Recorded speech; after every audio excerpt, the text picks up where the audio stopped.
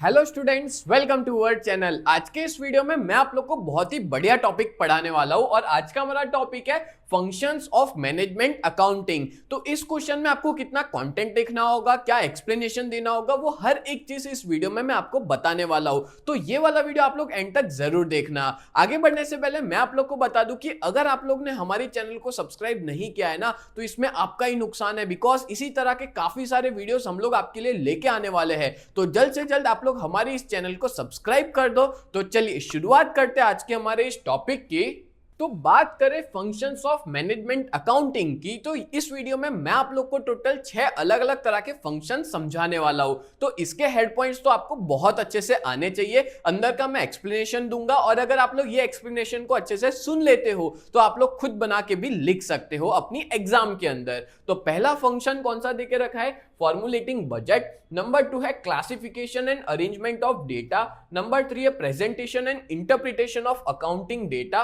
Fourth है routine report and special report. Fifth है making management control effective and number 6 is assisting in evaluation of capital project. तो इस तरह से total 6 point है। मैं एक एक करके हर एक पॉइंट को एक्सप्लेन करता हूं। तो चलिए शुरुआत करते हैं सबसे पहले पॉइंट से, फॉर्मुलेटिंग बजट। अब देखो, बजट जो होता है ना, वो बहुत ज्यादा इंपॉर्टेंट है कोई भी बिजनेस के अंदर। और बजट जो है वो एक्ट करता है as a foundation for controlling business activities. मतलब जितनी भी बिजनेस की एक्टिविटीज है उसको कंट्रोल करने के लिए बजट बहुत ज्यादा जरूरी होता है। एंड द मैनेजमेंट अकाउंटेंट, जो मैनेजमेंट अकाउंटेंट होता है ना, वो अलग अलग तरह के बजट्स को प्रिपेयर करता है, डिफरेंट टाइप्स ऑफ बजट को प्रिपेयर करता है। जैसे सेल्स बजट हो गया, प्रोडक्शन बजट हो गया, material budget, labour budget, overhead, cash, capital budgets, अलग अलग तरह के बजट्स प्रिपेयर किए जाते हैं मैनेजमेंट अकाउंटेंट के द्वारा। And this are prepared using past records. अब ये जो बजट्स है वो कैसे, किस बेसिस पे हम लोग बनाते हैं?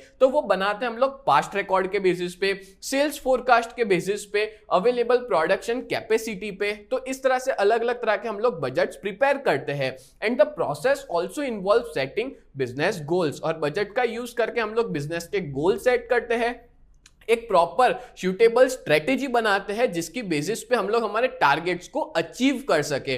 तो पहला पॉइंट था फॉर्मुलेटिंग बजट। अब बात करें नेक्स्ट पॉइंट नंबर 2 की, classification and arrangement of data. अब ये जो अकाउंटिंग डेटा होता है ना, उसको बहुत प्रॉपर तरीके से क्लासिफाइड करना पड़ता है और सिस्टमेटिकली अरेंज करना पड़ता है मैनेजमेंट को देने से पहले। क्योंकि मैनेजमेंट क्या करता है, उन सारे डेटा को इंटरप्रेट करता है, एनालिसिस करता है। पर अगर उन मैनेजमेंट तक ही सारा डेटा प्रॉपर तरीके से नहीं पहुंचेगा तो मैनेजमेंट आगे अच्छे से परफॉर्म नहीं कर पाएगा। सो फॉर एग्जांपल, परचेज और सेल की जो फिगर है वो प्रॉपर ग्रुप में होनी चाहिए, प्रोडक्ट वाइज, रीजन वाइज या पीरियड वाइज, अलग अलग टाइम पीरियड वाइज भी हम लोग इसको ग्रुप कर सकते हैं। एंड कुछ स्टैंडर्ड फॉर्मेट्स जो है वो प्रिपेयर किए जाते हैं रेगुलर रिपोर्ट्स के लिए, जो कि पहले से ही हम लोग प्रिपेयर कर सकते हैं, so they can be submitted consistently as per management need. अब देखो, मैनेजमेंट कभी भी अगर हमसे रिपोर्ट मांगता है कि मेरे को बताओ सेल्स का रिपोर्ट क्या है, परचेज का रिपोर्ट क्या है, जैसे ही मैनेजमेंट कोई भी तरह का रिपोर्ट मांगे ना, तो बिजनेस को या तो हम ऐसा कहेंगे कि अकाउंटिंग डेटा है, जो मैनेजमेंट अकाउंटेंट है उसको हर एक डेटा तुरंत प्रोवाइड करना है मैनेजमेंट को, उसको कोई भी तरह का डिले नहीं करना है। और उसके लिए लोग फिक्स स्टैंडर्ड फॉर्मेट्स का यूज करते हैं। उसी फॉर्मेट में पूरे डेटा को रिकॉर्ड किया जाता है और मेंटेन किया जाता है। बोलो, क्लियर हो गया? तो सेकंड था classification and arrangement of data. अब हमने एक बार ना सारे डेटा को क्लासिफाई और अरेंज कर दिया। अब बारी आती है नंबर 3 की, presentation and interpretation of data. अब जो भी डेटा हमने प्रॉपर क्लासिफाइड किया था, अरेंज किया था, अब उसी डेटा को हम लोग, देखो, सिर्फ और सिर्फ जो फिगर्स है वो प्रोवाइड कर देने से काम नहीं हो जाएगा। They must be presented in a meaningful वे। उनको हमको एकदम मीनिंगफुल वे में प्रेजेंट करना पड़ेगा, जिसके लिए हम लोग कुछ टूल्स का यूज करते हैं। जैसे आपने सुना ही होगा, अकाउंटिंग रेशियो है जो कि एक चैप्टर है, कैश फ्लो स्टेटमेंट है, चार्ट है, ग्राफ है, इन सब का यूज किया जाता है अलग अलग तरह के डेटा को इंटरप्रेट करने के लिए। इंटरप्रेट का मतलब होता है एनालिसिस करने के लिए, समझने के लिए हम लोग इन सारे टूल्स का यूज करते हैं। ठीक है, नेक्स्ट आगे बात करें, this help management identify problem areas that need attention. अब देखो, ये सारे टूल्स से मैनेजमेंट को बहुत ज्यादा हेल्प मिलती है। मैनेजमेंट उस एरिया में अटेंशन दे सकता है जहां पे जरूरत है एक्चुअल में ध्यान देने की, और यहाँ पे एक प्रिंसिपल को भी यूज किया जाता है जिस प्रिंसिपल को कहते हैं मैनेजमेंट बाय एक्सेप्शंस। अच्छा, मैनेजमेंट बाय एक्सेप्शंस प्रिंसिपल क्या कहता है? हमने जो चीज सोची थी, हमने जो टारगेट रखा था, क्या उसी हिसाब से काम हुआ है कि नहीं? अगर नहीं हुआ है तो ध्यान देने की जरूरत है, ठीक है? उसको ही बोलते हैं मैनेजमेंट बाय एक्सेप्शंस। बोलो, क्लियर हो गया? तो सेकंड पॉइंट में पढ़ा था कि सारे डेटा को हमने ढंग से प्रेजेंट किया, हमने उसको क्लासिफाइड किया। इस स्टेप में हमने देखा कि हम लोग यहाँ पे प्रेजेंटेशन और इंटरप्रिटेशन कर रहे हैं, वहां पे अरेंजमेंट और क्लासिफिकेशन था, यहाँ पे हम लोग ढंग से प्रेजेंट कर रहे हैं और इंटरप्रीट कर रहे हैं, एनालिसिस कर रहे हैं पूरे डेटा का। नेक्स्ट बात करें नंबर 4 पॉइंट, तो रूटीन एंड स्पेशल रिपोर्ट। अब देखो, मैनेजमेंट अकाउंटेंट है ना, वो दो तरह के रिपोर्ट्स को मेंटेन करता है। कौन से दो report? Number 1 is routine report. Routine report क्या होता है? तो यहां पे डेली, वीकली, मंथली या क्वार्टरली रिपोर्ट को बनाया जाता है विच कीप्स मैनेजमेंट अपडेटेड, और जिसकी वजह से management time to time updated रहता है। For example, daily material usage और लेबर कॉस्ट, मतलब कि हर रोज कितना मटेरियल यूज हो रहा है, रॉ मटेरियल्स कितना यूज हो रहा है, हमारे यहाँ पे जो लेबर काम कर रहे हैं उनके पीछे कितना खर्चा जा रहा है, कॉस्ट क्या लग रही है। नंबर 2 है स्पेशल रिपोर्ट्स। अब स्पेशल रिपोर्ट्स भी बहुत इंपॉर्टेंट डिसीजन, मतलब special report for important decision such as, अब एक स्पेशल रिपोर्ट प्रिपेयर किए जाते हैं और उस स्पेशल रिपोर्ट के बेसिस पे हम लोग कुछ इंपॉर्टेंट डिसीजन लेते हैं, जैसे कि evaluating the impact of installing a new machine on profits. अगर हमारा प्रॉफिट हो रहा है तो उस प्रॉफिट का यूज करके हम लोग कैसे एक नया मशीन ला सकते हैं, कैश फ्लो हमारा क्या है, फाइनेंशियल पोजीशन क्या है, हमारा सोर्स ऑफ फाइनेंस क्या है, इन सब के लिए एक स्पेशल रिपोर्ट प्रिपेयर की जाती है। तो दो तरह की रिपोर्ट होती है, एक रूटीन रिपोर्ट जो रेगुलर बेसिस पे हम लोग बनाते रहते हैं, उसका सेम एक फॉर्मेट होता है, उस बेसिस पे उसको रेडी किया जाता है और वो रेडी मैनेजमेंट अकाउंटेंट करता है। और दूसरी स्पेशल रिपोर्ट भी मैनेजमेंट अकाउंटेंट रेडी करता है, जहां पे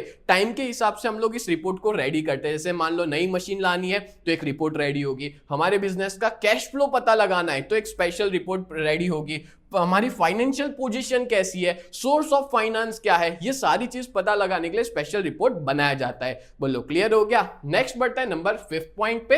बट 5 पॉइंट पे बढ़ने से पहले मैं आप लोग को बता दूं कि अगर आप लोग बीकॉम सेम 5 में हो और बहुत ही बढ़िया तरीके से प्रिपरेशन करना चाहते हो ना, तो आप लोग हमारे इस बैच में ज्वाइन हो सकते हो, जहां पे हम लोग टोटल 7 सब्जेक्ट पढ़ाने वाले हैं, जिसमें एक आ जाता है मैनेजमेंट अकाउंटिंग 1, देन है कॉस्ट अकाउंटिंग 3, देन है ऑडिटिंग, फिर है operating research 1, operating research 2, international trade 1, Indian economy 1। तो आपकी प्रिपरेशन हमारी बैच में ज्वाइन होने से बहुत ही बढ़िया तरीके से हो जाएगी। और हमारे यहाँ पे लाइव क्लास भी होता है as well as recorded videos भी प्रोवाइड करते हैं, और इन सबकी प्राइस बहुत ही ज्यादा रिजनेबल है, 2499। अगर आप लोग इस बैच के बारे में और डिटेल में पता लगाना चाहते हो तो आप लोग हमारी वेबसाइट पे विजिट कर सकते हो, www.ugt.co.in, ये हमारी वेबसाइट है, इस पे हर एक तरह की आपको डिटेल्स मिल जाएगी। और अगर अभी तक आपने हमारी ऐप को डाउनलोड नहीं किया तो UGT नाम से हमारी ऐप है प्ले स्टोर पे, और अगर आप आईफोन यूजर हो, ठीक है, तो ऐप स्टोर पे अवेलेबल है माई इंस्टीट्यूट के नाम से, आप लोग जाकर के डाउनलोड कर सकते हो, और उसका ORG कोड है VUGKX, ठीक है। और अगर आप लोग हमारा कांटेक्ट करना चाहते हो, कुछ इंक्वायरी करना चाहते हो इस बैच के रिलेटेड, तो आप हमें कांटेक्ट कर सकते हो इस नंबर पे 7202012221। सच बता रहा हूं, बहुत ही बढ़िया बैच है,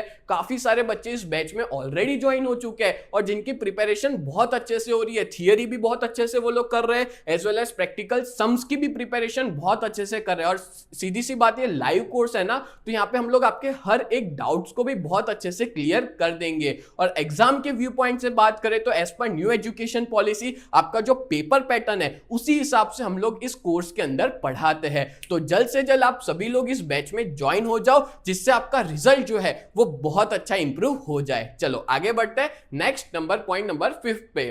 तो पॉइंट नंबर 5 देके रखा है मेकिंग कंट्रोल इफेक्टिव। अब देखो, जो मैनेजमेंट अकाउंटिंग है ना, उससे एक कंट्रोल इफेक्टिव बनता है। जैसे कि जो टॉप मैनेजमेंट है can not focus on every minor details, छोटी छोटी डिटेल्स पे टॉप मैनेजमेंट फोकस नहीं कर सकता, Therefore, their attention is directed only to areas, वो लोग उसी एरिया में ज्यादा ध्यान देते हैं where performance deviates from the plan, जहां पे परफॉर्मेंस कम है, हमने जो प्लान सोचा था, हमने जो स्टैंडर्ड ऑब्जेक्टिव बनाया था, गोल बनाया था, उससे कम है उसका परफॉर्मेंस, तो उस एरिया में मैनेजमेंट को ध्यान देने की जरूरत है, और उसी को ही हम लोग क्या बोलते हैं, मैनेजमेंट बाय एक्सेप्शन कहते हैं। और जो मैनेजमेंट अकाउंटेंट होता है ना, वो हर एक डेटा को एनालिसिस करता है and highlights only the critical issues, और वो हमेशा क्रिटिकल इश्यूज को ही हाईलाइट करता है, हर छोटी छोटी चीज पे ध्यान नहीं देते, क्रिटिकल इश्यूज पे ध्यान देता है, जिससे टाइम और एफर्ट्स बच जाए टॉप लेवल मैनेजमेंट का। बोलो क्लियर हुआ? तो कंट्रोल बहुत इफेक्टिव होता है मैनेजमेंट अकाउंटिंग की वजह से। और लास्ट है नंबर 6,